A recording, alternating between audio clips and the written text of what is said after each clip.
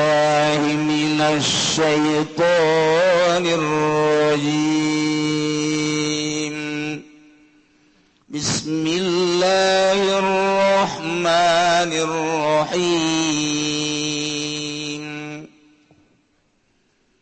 Wa idza fa'alu fahishatan qalu wajadna 'alaiha aba'ana wallahu amarna biha qul innallaha la ya'muru bil fahsya'i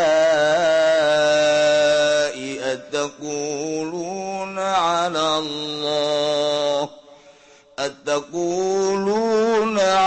Allahi ma la ta'lamun. Wallahu a'lamu bimaradihi wa idza fa'alu lan tatkala migawe ya alladzina la yu'minun fahishatan ingkalaan kasyirki kaya syirik wa tawafihim lan tawafi alladzina la yu'minuna bil baiti kalawan baitullah uradan ale pirang-pirang kangguda qailina turale kang ngucap kabeh ing lafaz lana tufu fi thiyabin waran atu apingsun sadaya ing dalam pirang-pirang dodot asaina Allah fiha kang nyulayan ingsun sadaya ing Allah fiha ing dalam thiyab fanuhuan maka den cegahi allazina nazakin fahisha qalu ngucap ya allazina wajadna 'alaiha nemu insun sadaya 'alaiha ing atase fahisha aba'ana ing pirang-pirang bapa insun sadaya faqqa tadaina bihim maka nganuti insun sadaya bihim kalawan aba. Wallahu amarna biha lan utai Gusti Allah iku marentah Gusti Allah na ingsun sadaya biha kalawan fahisha edon maning gol ucap sira Muhammad lahum kadua alladzina la yu'minuna innallaha ing lapad innallaha ing satuna Allah iku la ya'muru ora marentah ya Allah bil fahsya'i kalawan kalana taquluna anata ngarucap sira kabeh alallahi ing atase Allah ma la ta'lamun ing barang kang ora weruh sira kabeh anahu qala insatuna Allah iku ngadawu ya Allah isi pamingkar dia iku isi pamingkar qul amara rabbi bil qisti wa aqimu wujuhakum 'inda kulli masjid wad'u mukhlishina lahuddin kama bada'akum ta'udun. Wallahu a'lamu bimaradikum ngucap sira Muhammad amara rabbi marentah sebab pangeran ingsun bil qisti kalawan adil al adil tegese adil hakimu dan ngadagakan sira kabeh matupun alaman bil qisti iku dan ataukeun ing atase mana bil qisti ayo gola tegese ngadawa Allah aqasitu padahal adil sira kabeh wakimulan ngadara-ngaradakeun sira kabeh aqablahu wa tawa iku tetep dalam sadurunge hakimu pa aqbilu tawi lapat pa aqbilu maka pada maradab sira kabeh muqaddarun alaikang dan kira-kirakeun wujuhakum ing pirang-pirang awak sira kabeh lillahi kadu Allah inda kulli masjid dalam nalikana saban-saban salat akhlisu lahu sujudakum tegese pada ngaikhlaskeun sira kabeh kadu Allah ing salat sira kabeh wadulan pada ngadu sira kabeh ngundang sira kabeh Allah ubudu teze pada ngaibadah sira kabeh Allah mukhlisin lahuddin ari kang ikhlas kabeh kadu Allah din ing agungna syirik kama badakum gaya oleh ngawitan ya Allah kumin sarakabe khalaqakum tegese ngadamel ya Allah kumin sarakabe walam takuna la orang ana sarakabe sani ko siwiji-wiji ta'uduna bakal babalik sarakabe yidukum tegese ambalan ya Allah kumin sarakabe ayana le pirangkang ma urip yaumal kiamat ing dalam dina kiamat fariqun hada wa fariqun haqqa alaihimud dhalalah innahum muttakhadhu syayatina awliya'a min dunillah wa yahsabuna annahum muhtadun.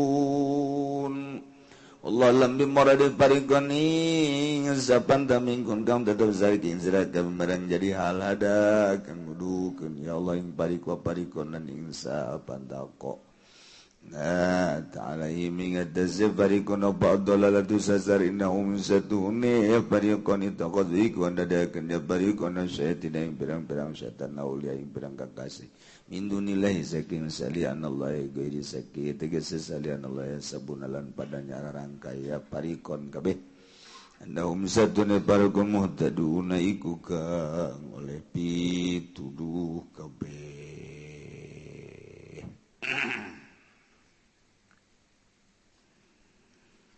Di omat-omat kamari teh ku Gusti Allah ya bani Adam la yaftinannakumus syaiton kade ulah kapitnah ku setan ulah kagoda ku setan hingga anjeun naluturkeun kahayang-kahayang jeung ajakan-ajakan setan kade cek Gusti Allah sakumaha setan bisa ngagoda ka bapa moyang aranjeun kabehane Adam ketika digoda di surga kagoda kangjeng Nabi Adam teh akhirna diturunkeun ku Gusti Allah minal jannati ti surga ka bumi anu ditembongkeun kahinaan bapa moyang maneh teh yanzi'u anhuma libasahuma liuriyahuma sawatihima teu make sahlai-lai acan teu make buuk-buuk acan pocot ku Gusti Allah barang nu aya di surga teu meunang dibawa ka bumi Allah hingga katembonglah kangjeng Nabi Adam jeung Ibu Hawa teh kagorenganana beureunanan mana teuing kangjeng Nabi Adam teh utad atodna gubal gabel neuleuh Siti Hawa makomo meureun aya Musa mesem jeung baeud geus kitu we tembongkeun ku Gusti Allah maka nu paling urgen saat eta ialah kangjeng Nabi Adam jeung Siti Hawa hayang instruksi ti Gusti Allah papaes jang nutupan aurat mantap ku Gusti Allah diinstruksikeun supaya nyiptakeun pakaian tina kapas melalui hujan jaradilah kapas-kapas melalui hujan jukut-jukut jararadi didaharlah ku hewan-hewan domba sapi jeung sajaban dijieunlah bulu-bulu tersebut pakaian ku kangjeng Nabi Adam jeung Siti Hawa qad azzalna alaikum libasa yuwari sawatikum warisha sebab ampok-ampok kangjeng Nabi Adam kepanggihlah di Arafah tidinyalah kangjeng Nabi Adam langsung ke Baitullah wah kangjeng Nabi Adam jadi kangjeng Nabi Adam mantas di Arafah ka Muzdalifah ka Mina langsung ke Baitullah bentukna kakarak batu segede kieu nu diteundeun ku malaikat Jibril alaihi salam Baitullah. Masya Allah jelema kakarak duaan harita nu pasini harita mah sugan pasini kontrakan pasini taneuh sapira ganduaan bau ablag-ablag aye omat-omat kade ulah sampaikan ka terjerumus milu kana ajakan setan kade cek Gusti Allah sedangkan cek Gusti Allah tadi di akhir pancak Gusti Allah inna ja'alna syayatina awliya lilladzina la yu'minun kaula nu agung teh ngajadikeun para setan-setan teh dijadikeun kakasih kanca-kanca kes persekutuan jeung jelema nu teu ariman jelema kafir mah babaturanana jeung setan tah nu mantak kade omat teh Gusti Allah ulah sok kababawa ku ajakan setan dimimiti berpakaian sing hade ulah nuturkeun setan make aturan akhlak diturunkeunlah setiap saat para rasul jang nata akhlakul karimah dimimiti Kangjeng Nabi Adam, Kangjeng Nabi Idris, Kangjeng Nabi Nuh terus datang ke Kangjeng Nabi urang kade aurat awewe teh kapan sakabeh awak tuturkeun aturan Kangjeng Nabi urang ulah nuturkeun setan kade ari lalaki mah baina surah war rukbah dengkul jeung bujal ringan lalaki mah tapi awewe mah ieu sakaujur awak kuku-kukuna nya nama termasuk aurat buukna termasuk aurat kabeh geus pokona kudu disimbutan we geus kos barong begitu urang lamun neule di Mekah tah tanu bener teh kos kitu tah pakaian awewe mah urang mun neule di Iran pakaian orang Iran tapi di Iran ge teh kabeh karari itu urang lamun ningali di Yordan malah di Yordan mah hampir teu pati aya mah aya lobaan kene nu terbuka di Mesir ge lobaan kene nu terbuka tapi lobaan nu make kitu cadar Mesir loba Iran loba Irak loba tapi di Irak ge loba nu ulutudan beser wajeng di urang di Mekah sarua di Mekah nama hampir kabeh make cadar di Mekah nama Madinah tapi coba di Jeddah nama hampir teu make calana orang Mekah teh kasih baroloon teu haji mah gitu bae kade ulah nuturkeun setan cek Gusti Allah tuturkeun aturan Al-Qur'anul Karim geus di mana-mana awewe teu make aturan Al-Qur'anul Karim berarti nyana kagoda ku setan jadi lamun aya awewe teu make jilbab eta teh jurig lamun aya awewe kade leuwih tisna eta teh keur kagoda ku setan nyana teh keur kasurupan ku jurig lamun aya awewe kadele pingpingna teh mah jurigna ge tah mah ratuna lamun bujalna kadele raja jurig teh mah ieu kuari urang masyaallah kaluar we urang ti imah mana kuari nu make jilbab mana kuari nu make kitu rongres geus pokona mah terbuka kabeh ieu setan inna ja'alna syayatina auliya sing ade cek Gusti Allah la yaftinakum syaiton ulah kagoda ku setan ternyata kagoda kabeh ku setan terutama kaum awewe aya nu rapih jasa awewe teh masyaallah ieu mah hebat jasa make rongres hebat ai prak barang di deule digigir disoekeun ka dieu barang lempang pingpingna ge ka deule sial jasa masyaallah atuh kunaon disoekeun ai kamari mah aya nu rapih jasa make jilbab pohara jasa ai prak make calana ai jilbab dipake handap poho meureun Gusti Allah lagu jadi kemelutlah di Indonesia soal jilbab tarik ulur terus di zaman Gus Dur datang ke ayeuna can anggeus-anggeus satu sisi hayang anak sekolah make jilbab di sisi lain ulah datang ke ayeuna can anggeus tanggeus bahkan loba nu diusir budak sekolah lantaran make jilbab usir tidak pindah sekolahna pabrik aya nu make jilbab keluarkan ribet make jilbab pokoknya mah geus menyudutkan soal jilbab di Indonesia pohara jasa lantaran di urang teh kapan dikendalikan ku Amerika tersepen orang Amerika di Indonesia anu make jilbab. Komo budak sekolah, komo di pabrik mah sangat tersepen jasa. Adapun di pondok pesantren salu atuh mah jalain Indonesia sabodo sakena. Lain Indonesia atuh mah. Pondok pesantren mah belahan pedalaman Sumatera. Pan secara nasional teh meunang jilbab. Kamari ieu geus bungah jasa kapan polwan diperbolehkan make jilbab. Menang saminggu tarik deui. Tidak boleh. Berarti kan aya pengendali di urang.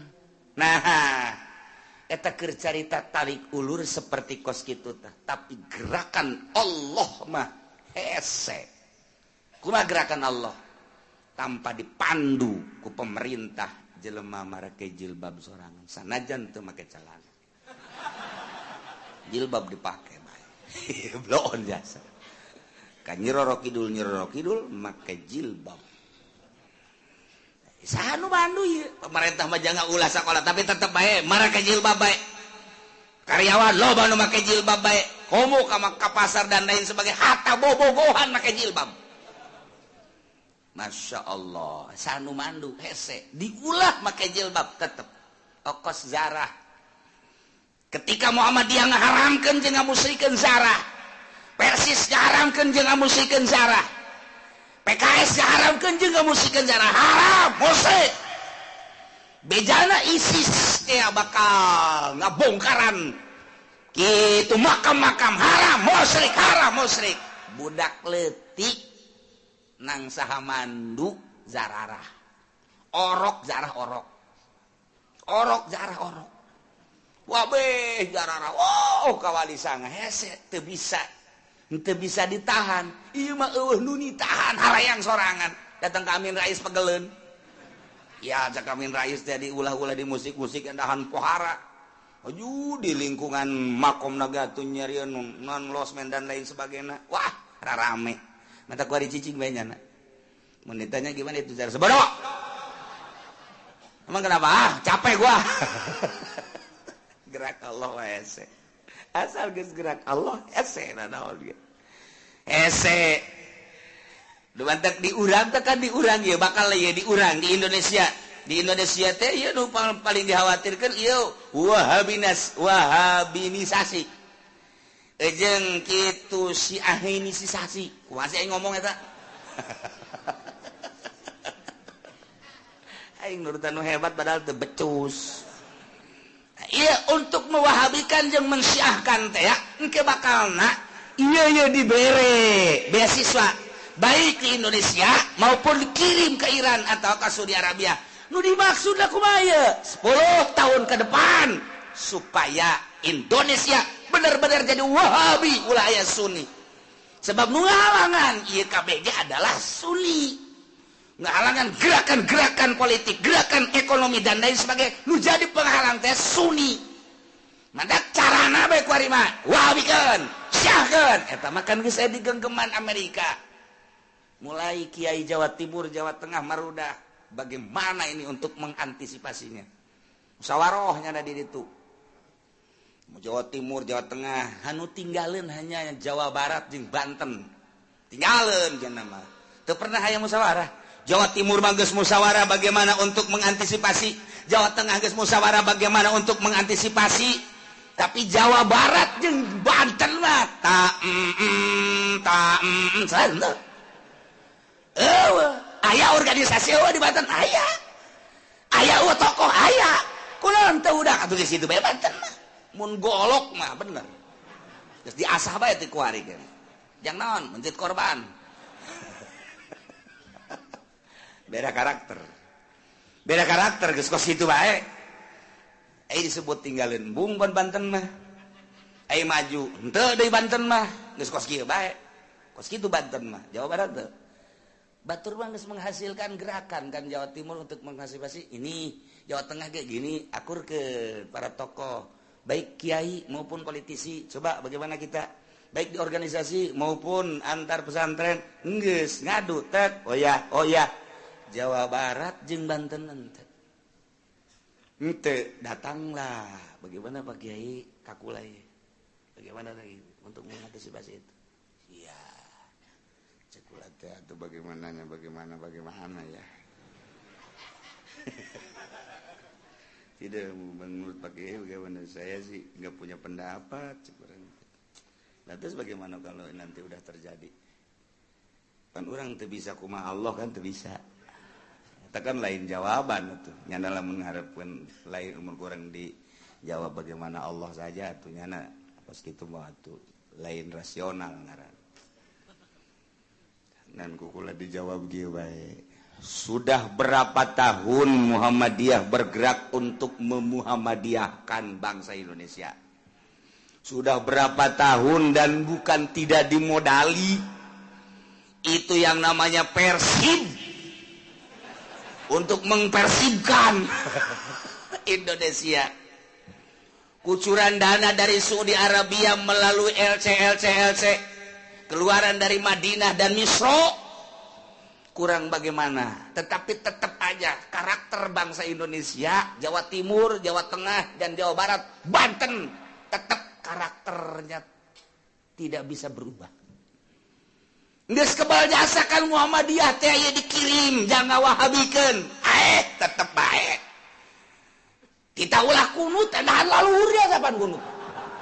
Kitu Tita ulah usoli ku Muhammadiyah enang geleger usoli kuyangan Muhammadiyah kuyangan jagana tuh nek usoli ulah gandeng teh engke aing kasinggung ya kana henteu usoli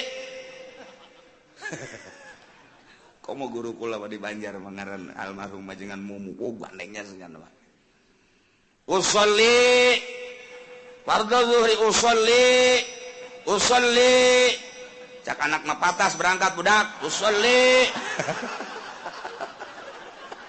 atuh kajeun anak mah ieu tah mah atuh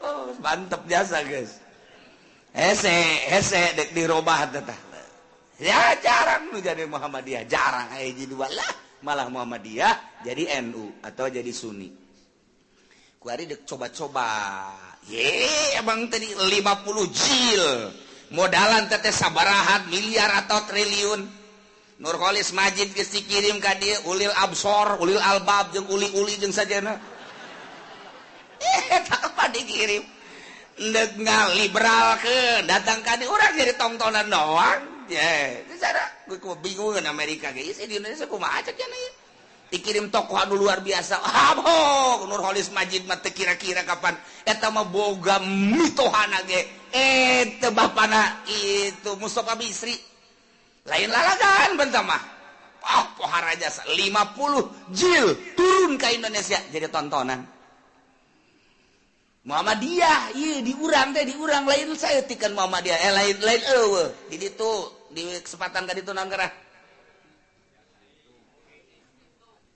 gintung di ditu na menes atuh tiba heula pan sakikieu na bae geus bae tah tetep hese tah diurang teh nah nyana tetep nanya ka kula kiai itu gimana sih ini sebetulnya begini cek kula di Indonesia ada Wali Songo sekarang jadi 10 dengan Gus Dur seri nyana tidak songo lagi sekarang jadi ada wali itu jangan dikira mati wali itu jangan dikira meninggal wafat tidak mati ketika wali itu sudah bergerak wah sudah sulit untuk diantisipasi jadi kita punya kepercayaan secara gaib di samping secara zahir kita antisipasi gaibnya secara batinnya ini ada para wali Allah Jawa Timur, Jawa Tengah, Jawa Barat, Banten. Makanya di Banten enggak gerak, dipasrahkan sama Maulana Hasanuddin sudah. Makanya kalau kita ke Banten tetap ziarah atau enggak ziarah. Ziarah kita alhamdulillah, enggak ziarah di mobil tetap harus soan di mobil. Salam ke Maulana Sohibul Wilayah. Itu juga kalau kita ke Demak di mobil saja kalau kita enggak ziarah gitu juga terus sampai ke Jawa Tengah Jawa Timur gitu eta kukula di bejaan kuasi tenang aja kula jangan gerak mah maranehanana ima langsung wa imanyana nempel ka urang kasurupan wali Ya tuh masalah. Kadang-kadang kasurupan batur mah kasurupan ku jurig, urang mah kasurupan walin ke. Tuh. Amin di mana puas naon teu.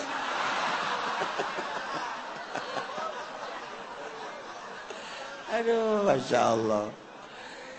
Ieu mahar tidak tetap kurang jaga-jaga, tetapi urang make zahir jeung batin. Zahirna supaya rasional secara real, batinna urang mohon ka Gusti Allah dumadeheus ruruba ka jelema nu geus deukeut ka Gusti Allah. Indonesia teh boga karakter seperti kieu. Kajunting urang Madura cicing di mana bae tetep nyana Madura bae heran Indonesia. Madura bae tetep. Urang kitu naon gara Demak cicing di mana bae karakter Demakna teu leungit. Banten, kuari Banten pindah ke Jawa Timur, Banten bae. Dia kok ini golok dia.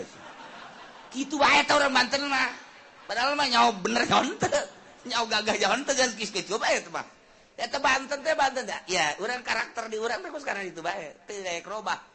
350 tahun, 3 abad setengah dijajah ku Belanda, karakter teu robah. Maka pengkajian Indonesia, pengkajian Amerika, 5 negara terhadap Indonesia kesulitan. Ya saya ceknya Indonesia. Geus antepkeun bae geus. Kumanyana bae jeung. Ieu nyana ieu. Kan dijinan nyana Jokowi nyana geus rada leutik hate. Bener tah moal si budak ieu. Ya bingung cek kira ieu. Ieu kuari kan keur di wah tarik ulur nyana geus gede hate asana Jokowi mantep ya. So, tapi kan per detik ieu nyana masih cangcaya kan. Sanu nyaho Jokowi cuma teh udeng-udeng.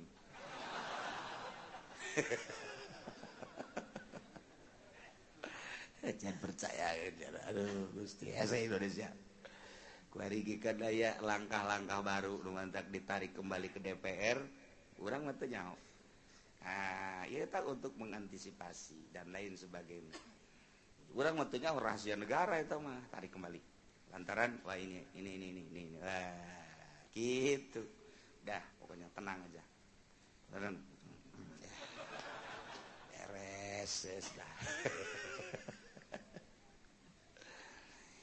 Sing hade cek Gusti Allah ulah datang ka goda baheula teh urang Arab di mana-mana tawaf di Baitullah teh nyana sataranjang teu make calana lamun lalaki diaturna tawafna ti beurang lamun awewe tawafna ti peuting tetep da teh teu make calana sataranjang tawaf teh dengan alasan ceknya na ieu Baitullah teh batu anu mulia menang ti Gusti Allah menang ti sorga nang Gusti Allah ku ayana sakitu urang ulah mawa dunia dideketkeun ka Baitullah ai baju pakaian eta teh termasuk dunia geus urang toab sabelegenyeng bae ulah make nanaon pikiran kono kos kitunya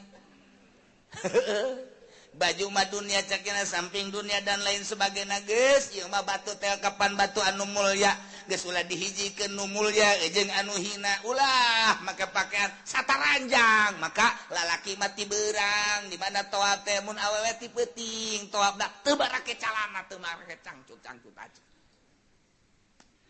Waduh. Numanta Kangjeng Nabi teh titah ngadatangan orang Arab cek Gusti Allah wae Muhammad bejakeun ka orang-orang Arab eta teh anu toab teh ulah sataranjang sabelegenyeng kos kitu teu bagus eta teh nutur-nutur hawa nafsu setan teh kos kitu kadang-kadang geus diatur teh berang lalaki peuting awewe lantaran manehanana atuh toab makan sakahayangnya anak ujung-ujung nama barengnya lalakinya awewe toabnya teu make calana mun kuari teruskeun urang ge betah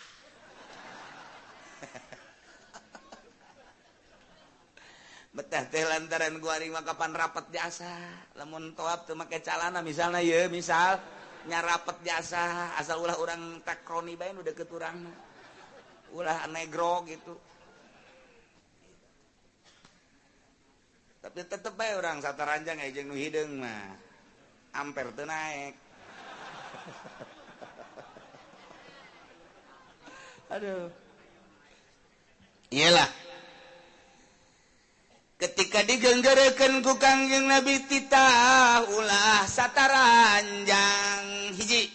Nomor kadua sehari-harina urang Arab teh make bajuna teh ieu mun awewe kadele ping-pingna.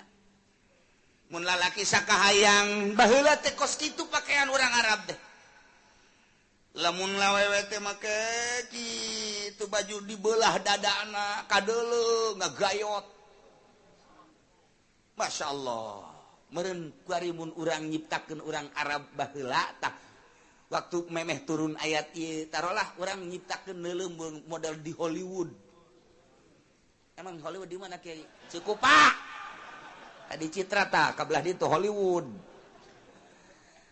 Lamun urang ningali pakaian orang-orang nu aya di Hollywood ya kapan sagede naon mah ka dieu cek urang mah dipake-pake teuing atuh sapira tali doang.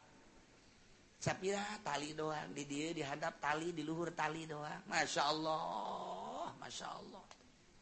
Di deuleu ku Ki Haji urang Cikupa. Aju teu kicep-kicep. Ai jerona mah tapakur masya Allah, masya Allah, masya Allah. Tapi teu kicep lah ieu ye. Ya Haji bloon gitu. Nah iya ye. Wa idza fa'alu fahishatan qalu wajadna 'alaiha aba'ana wallahu amarna biha. Wallahu alam bimuradi. Wa idza fa'alu di mana-mana manehanana migawe yakni alladzina la yu'minun jelema nu teu iman ka Gusti Allah. Bangsa kapirin musyrikin jeung munafikin migawe pahisatan kana kagolengan kajahatan kitu naon kamaksiatan kekejian model kasyirki wa tuapi model syirik jeung tuap di Baitullah uratan sataranjang qaili nanya ngomong lana tu pupisia bin asainallah api kami mamu tuap teh tuap di itu make pakaian anu maksiat ka Gusti Allah ja tapi kami teh dititah ku Gusti Allah nage tuap teh ulah make pakaian mentek dilarang lah ku Kangjeng Nabi. Wahai para masyarakat, wahai para jamaah, ayyuhallab, coba cek Kangjeng Nabi, makalah aturan-aturan anu sesuai jeung aturan Khaliq. Ulah sampai uulutudan seperti kieu dada ditembong-tembong buah dadana ping-ping ditembong-tembong buah ping-pingna. Pakaian lah nu rapi, komo keur toab sehari-hari ge coba nu rapi. Dinasehatan ku Kangjeng Nabi sesuai jeung aturan Allah nu diturunkeun ku Gusti Allah ka Kangjeng Nabi Muhammad sallallahu alaihi wasallam. Nu rapi. Beretika. Ngomongna kumaha? Qalu. Cek urang Arab ye man. Ngomong teh sok sangeunana bae ye kami nu matak berpakaian kieu teh wajadna alaiha abana ieu teh turunan ti bapa moyang kami. Bapak urang mak urang baheula kieu karakter bangsa teh kos kieu. Geus kami teh nurutan kajen ku kumaha ge budaya ieu mah budaya man ulah sok dileungitkeun budaya Arab. Wajadna alaiha abana bapa moyang urang teh kos kieu ieu teh budaya. Ulah dileungitkeun budaya maka jeung kumaha ge nomor kahiji nomor kadua wallahu amarona biha di Allah ge marentah kos kieu nu sabenerna mah paneta kasangeunahna bae tah ngomong hiji nyana nyaritakeun bahwa ieu teh budaya ieu teh karakter bangsa ieu teh tuturunan ti bapa moyang ulah ditinggalkeun fakta deui nabihim ulah tuturkeun nomor kadua ieu nu teu ngeunahna mah man wallahu amarona biha Allah ge marentah kos kieu ka urang paneta nyedakeun ka Allah pan Kangjeng Nabi teh utusan Allah pan leuwih nyaho Kangjeng Nabi meureunanan ja Kangjeng Nabi teh utusan tapi atuh kunaon manehna nyedakeun anak ka Gusti Allah ye nyanyawanan ya Allah marentah kos kieu ka urang ye sia mah budak kamari teu nyawanan naon sia mah ngadaruyahna ge panderi tuh ka uyah pantungtung nama aduh ta ieu wajadna 'alaiha abaana wallahu amarona biha dua nyana jawabanana hiji urang teh ieu tuturunan ti bapa moyang ieu teh budaya Arab ulah ditinggalkeun tuturkeun nomor kadua memang Allah marentah ti kieu masyaallah kuari urang lamun nyaritakeun budaya-budaya di urangan henteu ditinggalkeun pohara jasa geus puguh budaya Bali geus puguh budaya Jawa geus puguh budaya-budaya Jawa Barat urang lamun neuleuh budaya-budaya berpakaian bae heulanan di Bali mah kan kos kitu lamun urang ningali Jawa Timur budayana kos kitu Jawa Tengah budayana kos kitu urang ka dieu ka Jawa Barat lamun di Jawa Barat deuleu coba budaya Bandung parahyangan nu sok disebut make kabaya teh baju kabayana pancarang di dieuna kan terbuka sakieu buukna ka dieu make konde bukan ditambahan ku daun cau bulat belit eta budaya parahyangan eta kos kitu urang lempang deui ka dieu ka Karawang pohara jasa urang Karawang mah terus datang deui ka dieu ka Subang eta budaya parahyangan ka dieu ka Karawang kos karari itu tah mun ditanya euy budak Karawang ieu tuturunan ti bapa moyang urang ulah ditinggalkeun sia masuk macem-macem bae eta lamun deuk hajat teh juk ka ditu make lisong make naon teh karana aju digantungkeun teh ancak eta budaya tutukeun ngaranna ulah sok disapirakeun lantaran ieu hajatan kabehan cek nya lain manusia bae jin ge milu hajat geus juri ku urang kudu tuh kudu di suguh cek nya lantaran lamun nyana teu disuguh engke datang ka dieu tungtung nama engke bararau ke kabeh ge nyana kumaha lamun milu dahar jeung urang pannyana mah lain deui alamna engke sayur ditoel ku nyana sangu ditoel ku nyana engke barariye nu mantak suguh ka ditu teh teh budaya kolot urang baheula make lisong nu gede ka ditu ayo kada ka ditu tuh beres pu lisong 5 sogo gede kieu cucur sagala bakakak sagala naon atuh budak angon maneulekeun men ieu ceknya mantep jasa ya beres anu ngancak na balik budak angon ka di Jawa ieu horeng jurig na nyana horeng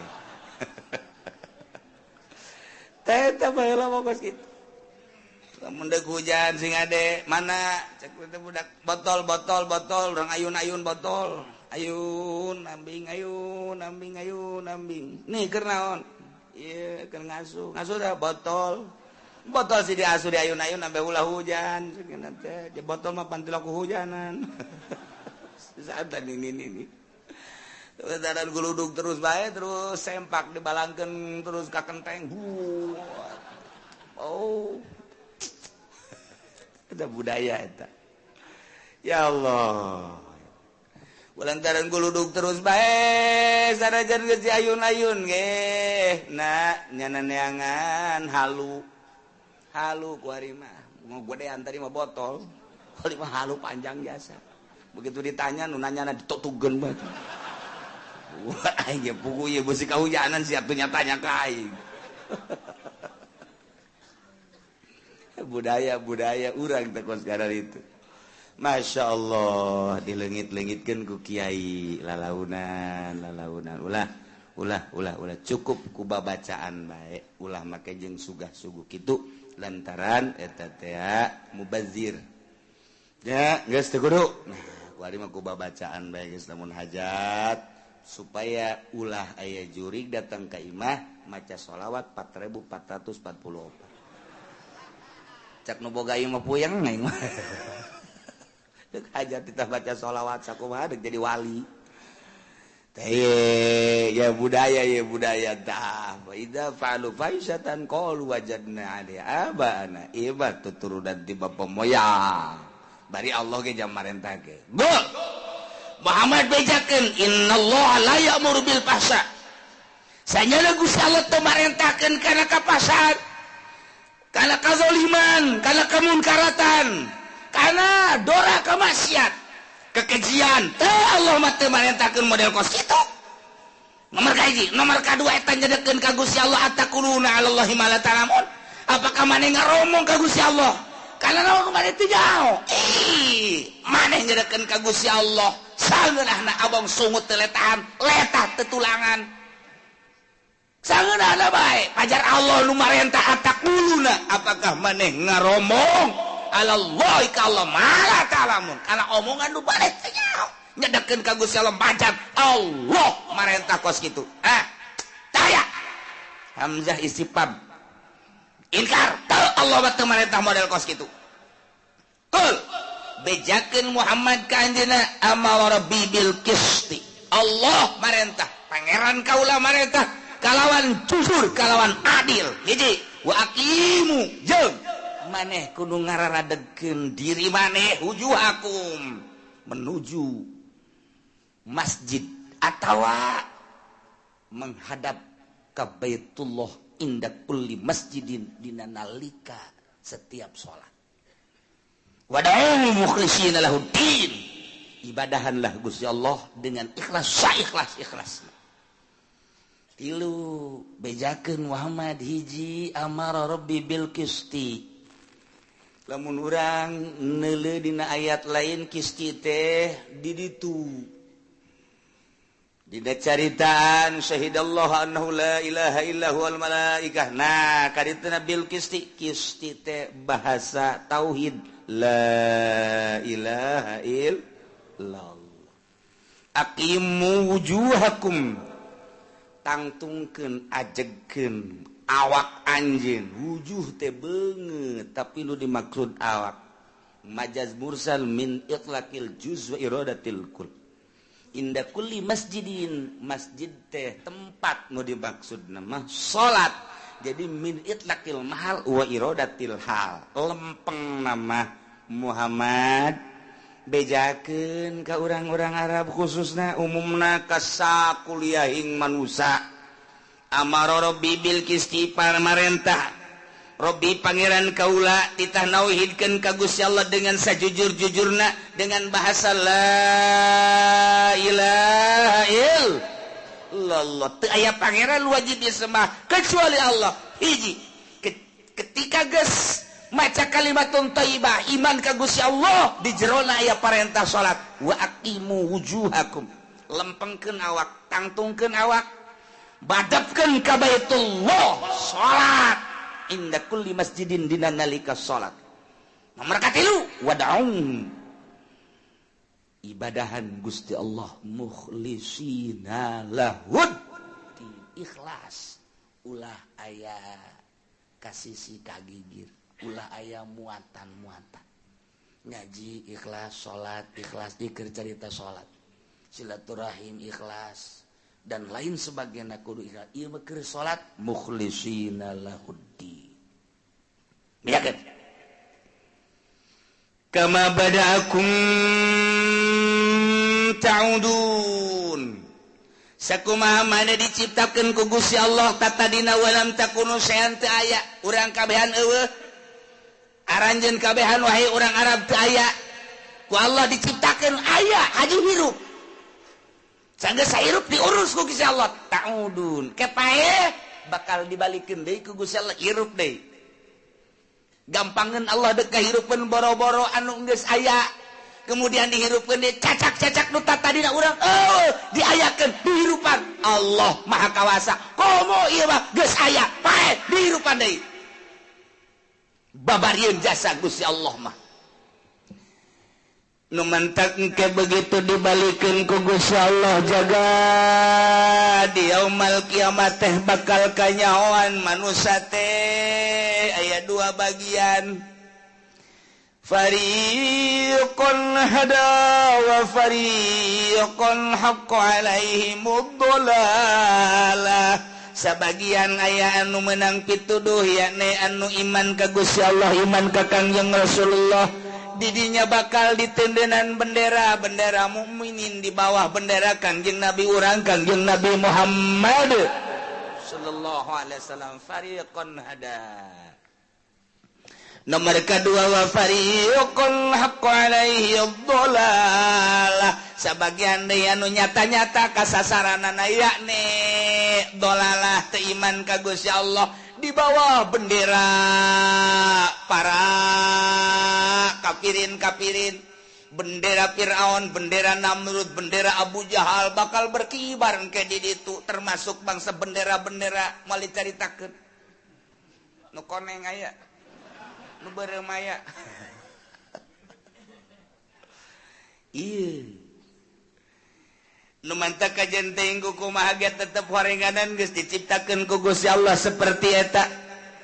Aya anu diciptakeun ku Gusti Allah ti mimitina memang eta teh bakal piimaneun, bakal piislameun. Atuh bada akumna ku Gusti Allah diciptakeunana engke sesuai jeung aturan. Nomor kedua aya anu diciptakeun ku Gusti Allah ieu moal piimaneun, atuh diciptakeunana mah hiwal ti Gusti Allah. Dina aturan-aturanana nu mantap lamun urang ngembalikeun kana ayat ieu horeng kabeh ge meunang ngatur Gusti Allah geus urang ti eueuh ka aya di aya diurus ku Gusti Allah haju kuari daek ngadengekeun pangajian salat dan lain sebagainya ieu moal henteu kadituna berarti Allah teh hendeuk ngajadikeun fariqon hada, golongan anu menang pituduh di bawah bendera Kangjeng Nabi urang Kangjeng Nabi Muhammad sallallahu alaihi wasallam. Kajen teuing dititahan ge harita tadina manehanana diciptakeun bakal dolalah mah dolalah bae ulah hese-hese. Lamun urang nyaritakeun kos kitu urang bakal bingung nu sabenerna mah lantaran anak Nabi aya nu teu iman. Kangjeng Nabi Nuh teh boga anak, Masya Allah, anak anu dipake kadeudeuh Kan'an ngaranna. Begitu ku Kangjeng Nabi Nuh dirayu, dibujuk dirayu supaya milu ka kapal tetep bae manehanana teu iman ka Kangjeng Nabi Nuh. Dicarekan kapan ku Gusti Allah Kangjeng Nabi Nuh teh lantaran nganggap anak lain turunan anjeun teh bakos kitu lantaran teu iman. Anak Nabi, anak Rasul kafir. Urang menyaritakeun Kangjeng Nabi Ibrahim bapa ku anjeun Azar eta kapan bapana teh tukang ngajualan patung. Nu mantak perseteruan anu sangat luar biasa antara bapa jeung anak. Bapana teu iman ka anak. Pamajikan Kangjeng Nabi Lut anu tadina sagulung sagalam tapi ternyata teu iman ka Kangjeng Nabi Lut, pamajikan ku anjeun teu iman. Kangjeng Nabi urang paman anu luar biasa dipake kadeudeuh jeung kanyaan ku Kangjeng Nabi Abi Thalib tetep bae teu iman, geus puguh Abu Jahal, geus puguh Abu Lahab dan masih banyak sederetan abu-abu yang lainnya. Pohara jasa teu iman.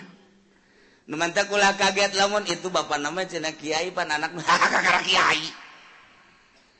Kakara kiai atuh anak Nabi.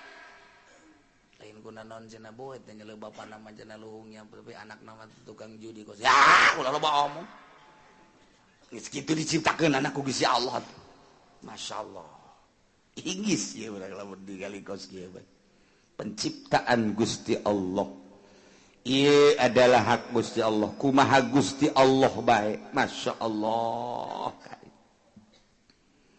Teh, batak engke bagi dua sapanta nu iman nu meunang pituduh sebahagian nu teu iman nu meunang teu beudang pituduh. Ta ieu kabeh horenganan nu teu meunang pituduh nu tadi diomat-omat teh kade cek Gusti Allah la yaftinannakum syaitan. Ulah kabujuk rayu ku rayuan setan. Mantak ti dieuna nu bantak parikon haqqu alaihi dhalalah ieu teh meunang kasasaran manehna mah innahum muttaqadu syayatina auliya min dunillah. Sebahagian anu meunang kasasaran mabok aya di nyana, judi aya di nyana, zina aya di nyana, bahkan teu percaya pangeran teh Gusti Allah padahal nu ngahirupkeun Gusti Allah nu ngurus Gusti Allah tapi nyana teu percaya ka pangeran bahwa pangeran teh Gusti Allah.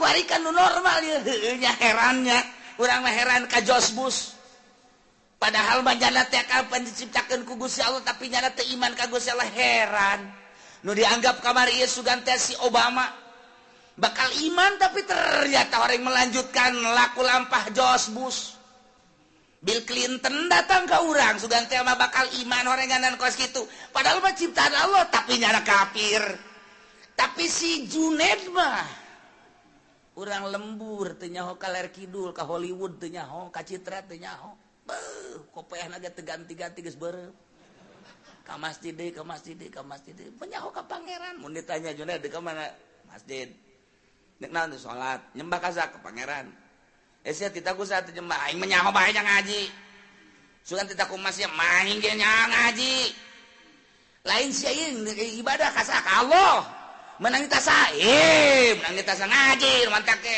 si Junaid bisa andasa jawabna sia mun salat titaku masih main masa kadang nita tapi percaya aing mah ka Gusti Allah emang sia ngaji di mana aing mah santri 20 tahun palingan sia bisa baca kitab henteu aing baca kitab mah bisa emang sih di pondok lah kira mah mondok nonton TV bae aing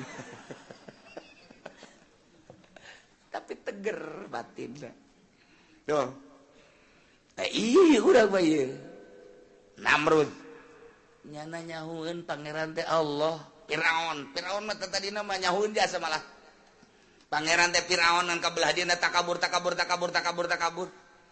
jantung aku pangeran jadi aku pangeran tadi nyahueun pangeran teh nu nyiptakeun khalaqas samawati wal ardi Firaun nyahueun tapi kabelah dia takabur aku pangeran pangeran kecuali aing awas ya aing bisa ngahirupeun bisa pangapaeun coba kos kumaha dua jelema nu hiji ketrok paeh tuh nu hiji diantep hirup aing pokona mah cak aing paeh cak aing hirup aing mah bisa maehan bisa menghirupan cak anu neuleuh otakna sakitu doang pangeran oh itu pangeran Firaun eta kos geus awas pokona mah nun teu ibadah ka aing paehan ku aing ibadah aing pangeran masyaallah aya nu ngomong apa pangeran sok ngising lalu ngomong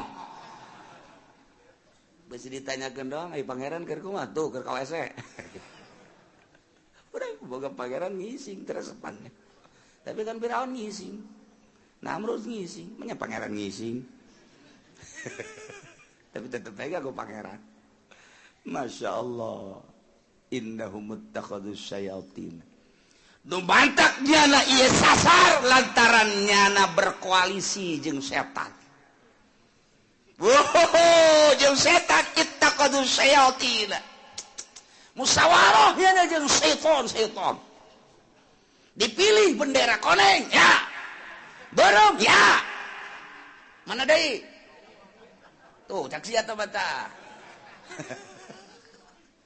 iya ittaqadus syayatin auliya min dunillah haji wa yahsabuna annahum muhtadun nyana boga sangka bahwa nyana teh ieu menang pituduh teu karasa bahwa nyana di jero kakafiran teh pajar teh bener teu ngarasa di jero kamusikan teh pajar teh bener boga rasa bener bae nah ieu gara-gara setan nu mantak sing hade di awal lagi awas setan mantak ka dieu nage ieu nu mantak kabagi dua lantaran ieu jelema teh terjerumus ku gangguan setan ku ajakan setan urang sing teger ku ari antar ka mana ye cilongok neuk naon ngaji keke tungguan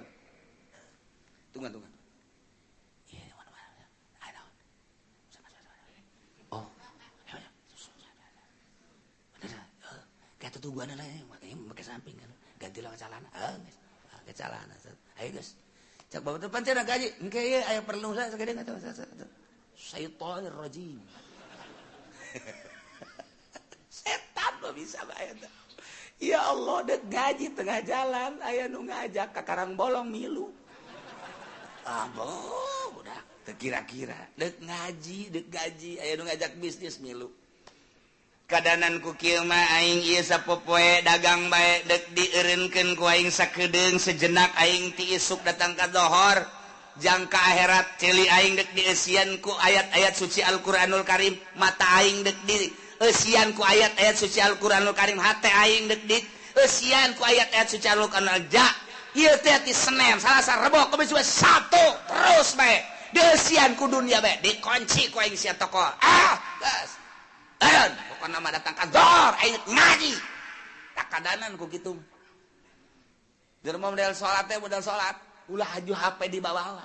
HP ku aing sia deuk diteundeun heula sakedeung aing saparapat menit ku aing.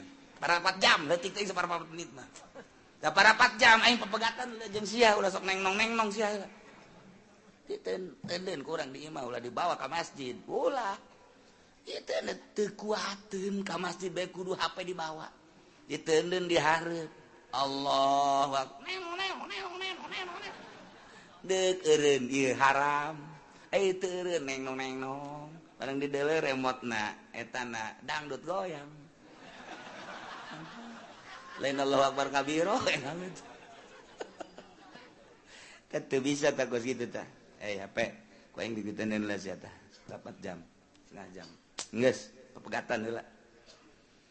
Komo urang deuk jadi wali Allah titah pepegatan secara total jeung makhluk jeung dunia. Ulah dipinuhan hate urang ku makhluk ku dunia pegatkeun ti urusan dunia jeung makhluk ulah aya nanon hiji be Allah. Ngomong bisa. Praktek coba.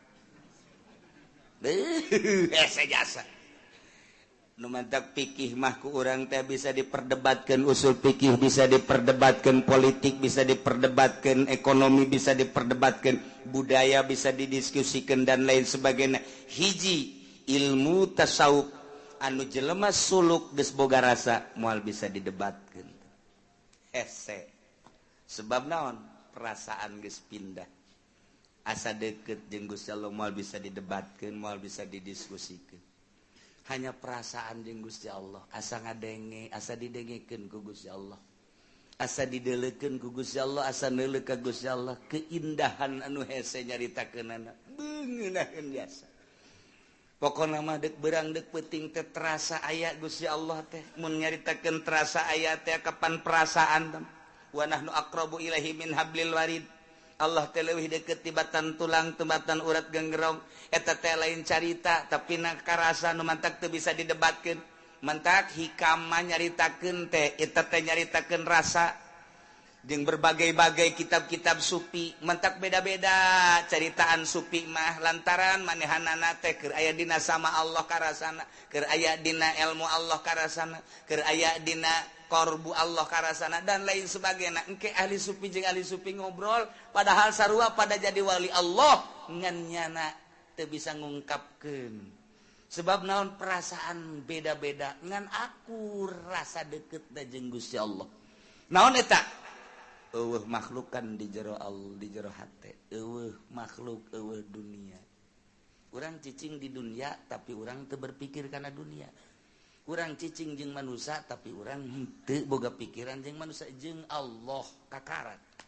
Geus ti dieu mah bakal dibere ngeunah ibadah ka Gusti Allah. Tah kadanan ku kos kitu mah heulanana ieu ulah-ulah atuh geuning setan. Urang lamun geus datang ka dinya mah setan di diome ku urang. Setan bisa diome. Urang lamun datang ka derajat di dinya tah urang geus pisah hate plek. Eueuh duniaan, eueuh makhlukan. Setan kan kadeuleu ku urang. Diome ku urang digere sia ku aing sia. Aduh. Naon sia setan? Allah sok digere-gere kieu ceuk getek. Alah sia sok ngagoda aing sia ka jeung hukum. Ih moal, sia neuk naon atuh cicing di dieu. Keur ngalilimpi doang, ngalilimpi teh ada ngagoda kan. Ceuk awas sia ku. Bisa diulinkeun ku urang setan. Indit sia ka ditu. Indit. Moal kagoda waliullah eta geus hatena mantep jasa. Allah doang plek. Mantep tah lamun nu encan datang ka dinya kakara. Setan cicing di pundung, cicing di pundak, cicing di biwi, cicing di bujur.